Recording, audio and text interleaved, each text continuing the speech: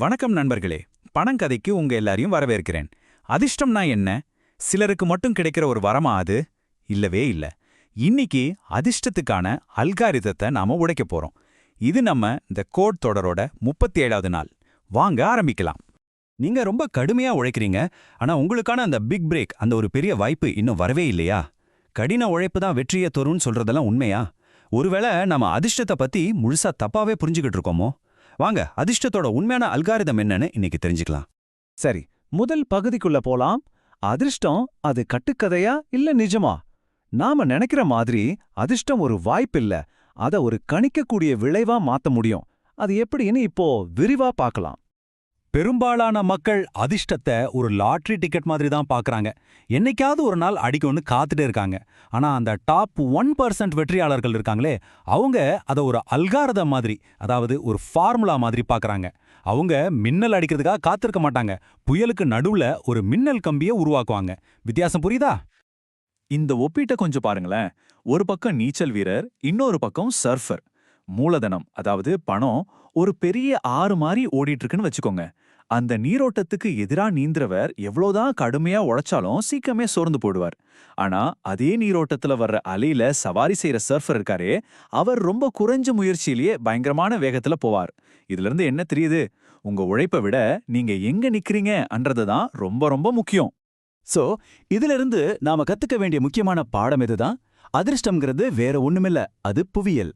உங்க வெற்றி நீங்க எவ்வளவு ஹார்ட் ஒர்க் பண்றீங்கன்றத பொறுத்தது இல்லவே இல்ல, நீங்க எங்க நிக்கிறீங்கன்றத மட்டும்தான் பொறுத்தது. பணம் பாயிர அந்த சரியான நதியில நிக்கிறது தான் அதிர்ஷ்டத்தை உருவாக்குறதுக்கான ஒரே வழி. இப்ப நீங்க சொல்லுங்க, நீங்க அந்த நீரோட்டத்துக்கு எதிரா நீச்சல் போட்டுட்டு இருக்கிற கிரைண்டர் மாதிரி உணர்றீங்களா, இல்ல கரெக்டான இடத்துல நின்னு அலையில சவாரி செய்யற ஆர்கிடெக்ட் மாதிரியா? யோசிக்காம கீழே கமெண்ட்ல கிரைண்டர் இல்லனா ஆர்கிடெக்ட்னு டைப் பண்ணுங்க, பார்க்கலாம். ஓகே, இப்ப 2வது பகுதிக்கு போலாம். மூலதன ஓட்டம். இந்த கேபிட்டல் ஃப்ளோங்கிற விஷயத்த இன்னும் நல்லா புரிஞ்சுக்க சமீர் அப்புறம் அர்ஜுன்னு 2 பேரோட கதையை பார்க்கலாம் வாங்க. முதல்ல சமீரை பாருங்க. இவர் ஒரு பாரம்பரிய வங்கித்துறையில வேலை செய்யறார். தினமும் 14 மணி நேரம் உழைக்கிறார். ஆனா பிரச்சனை என்னன்னா, அந்த துறையில இருந்து பணம் கொஞ்சம் கொஞ்சமா வெளியே போயிட்டு இருக்கு. அதனால சமீர் ஒரு மேதையா இருந்தும் அவர் ஒரு மூலதன பாலைவனத்துல மாட்டிக்கிட்டதால எல்லாரும் அவர் அதிர்ஷ்டம் இல்லாதவர்னு சொல்றாங்க. இப்போ அர்ஜுன பாருங்க. இவர் ஏஐ டேட்டா சென்டர்களுக்கு தேவையான கூலிங் சிஸ்டம்ஸ் துறையில இருக்கார். இந்த துறைக்கு முதலீடும் அரசாங்கத்தோட சலுகைகளும் வெள்ள மாதிரி வந்து குவியுது. அர்ஜுன் ரொம்ப ஸ்மார்ட்டா சரியான இடத்துல நின்னதால அவருக்கு வார வாரம் ஏதாவது ஒரு லக் அடிக்குது. சுருக்கமா சொல்லணும்னா, சமீர் தண்ணிய தேடி ஓடிட்டு இருக்கார். ஆனா அர்ஜுன் தான் அந்த சர்ஃபர். அலையே அவர் மேல தான் வந்து மோதுது. வித்தியாசம் அவங்களோட உழைப்புல இல்ல, அவங்க நின்ன இடத்துல தான் இருக்கு. இந்த வரிய நல்ல மனசுல பதிய வச்சுக்கோங்க. தவறான துறையில நீங்க போடுற கடின உழைப்பு திறமையான வறுமைக்கு சமம், அவ்வளவுதான். இதுதான் சமீர் அர்ஜுன் கதையோட பாடம். இப்ப நீங்க உங்க கேரியரை பத்தி ஒரு நிமிஷம் யோசிச்சு பார்க்க வேண்டிய நேரம் இது. நான் சொல்றது உங்களுக்கு புரிய ஆரம்பிச்சிருந்தா, ஒருவேளை நீங்களும் இந்த மாதிரி ஒரு மூலதன பாலைவனத்துல தான் இருக்கீங்களோன்னு தோணுச்சுன்னா, மறக்காம இந்த விளக்கத்திற்கு ஒரு லைக் கொடுங்க. நாம ஒன்னா சேர்ந்து உங்களுக்கான அதிர்ஷ்ட குறியீட்டை மாத்தி எழுதலாம். நல்லது. இப்போ 3வது பகுதிக்கு வந்தாச்சு. Proximity principle. இதுவரைக்கும் ஏன்னு பார்த்தோம், இப்போ எப்படின்னு பார்க்க போறோம். அந்த பண ஓட்டத்தை கண்டுபிடிக்கிறதுக்கான செயல் திட்டம் இதோ. அப்போ என்னது இந்த ப்ராக்சிமிட்டி பிரின்சிபல்? ரொம்ப சிம்பிள். அதிர்ஷ்டங்கிறது நீங்க எதுக்கு பக்கத்துல இருக்கீங்களோ அதோட ஒரு துணை விளைவு தான். உங்களுக்கு இன்னும் அதிகமா வேலை செய்யற பழக்கம் தேவையில்லை. உங்களுக்கு தேவையெல்லாம் பணம் எங்க ஓடுதுன்னு காட்டுற ஒரு தெளிவான வரைபடம் தான். இதுதான் உங்களுக்கான புதிய மன மாதிரி. எதிர்காலத்துக்கான இந்த மூலதன ஓட்ட வரைபடத்தை நீங்க தொடர்ந்து பெறணும்னா நம்ம சேனலுக்கு கண்டிப்பா சப்ஸ்கிரைப் பண்ணுங்க.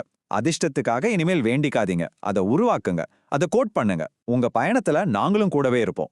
சரி, அடுத்தது பகுதி 4, தங்க நதிகளை கண்டுபிடிப்பது. இதுதான் ரொம்ப ரொம்ப முக்கியமான ஒரு பகுதி. பணம் அதிகமா ஓடுற அந்த தங்க நதிகளை நாம எப்படி கண்டுபிடிக்க போறோம்? அந்த ஓட்டத்தை எப்படி கண்டுபிடிக்கிறது? பணம் எங்கே கொட்டுதுன்னு எப்படி தெரிஞ்சுக்கிறது? கவலைப்படாதீங்க, அதுக்கு ஒரு 3 சிம்பிளான வழிகள் இருக்கு. இந்த 3 எளிய வழிகளை ஃபாலோ பண்ணுங்க. ஸ்டெப் 1, மானியங்களை பின்பற்றுங்கள். அதாவது அரசாங்கம் எந்த துறைகளை வளர்க்கறதுக்காக பணத்தை கொட்டுதுன்னு பாருங்க. ஸ்டெப் 2, திறமையாளர்களை பின்பற்றுங்கள். எங்க ரொம்ப புத்திசாலித்தனமான இளைஞர்கள் போறாங்களோ பணம் அவங்கள பின்தொடர்ந்து போகும். ஸ்டெப் 3, தழைக்கல்லை கண்டுபிடியுங்கள்.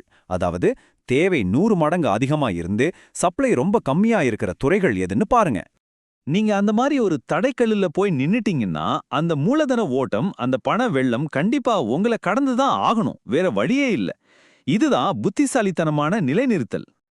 அடுத்தது 5வது பகுதி மூலதன சுனாமி. சரி, இப்போ சொன்ன இந்த கொள்கையெல்லாம் இன்னைக்கு நடைமுறையில எப்படி வேலை செய்யுதுன்னு சில நிஜமான உதாரணங்களை வச்சு பார்க்கலாம். நோட்புக் LLM பகுப்பாய்வின்படி இன்னைக்கு அதிகமா மூலதனம் பாயிற சில இடங்கள் இதோ. முதல்ல AI மற்றும் ஆற்றல் துறைகளோட இணைப்பு.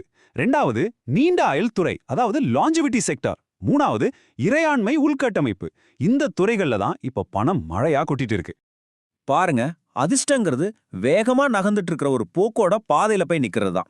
1850கள்ல அது தங்க வேட்டை. ஆனா இன்னைக்கு 2026ல அது AI மற்றும் ஆற்றல் துறையின் இணைப்பு. கான்செப்ட் ஒண்ணுதான், களம் மட்டும்தான் மாறி இருக்கு. இப்போ உங்களுக்கான ஒரு கேள்வி.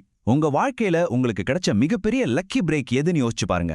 அது உண்மையிலே தற்செயலா நடந்ததா, இல்ல நீங்க ஒரு குறிப்பிட்ட இடத்துல குறிப்பிட்ட நேரத்துல இருந்ததால அது சாத்தியமாச்சா? மறக்காம உங்க கதையை கீழே கமெண்ட்ல எங்க கூட பகிர்ந்துக்கோங்க. ஓகே, இப்ப நாம கடைசி பகுதிக்கு வந்தாச்சு. பகுதி 6, உங்களுடைய அடுத்த நகர்வு.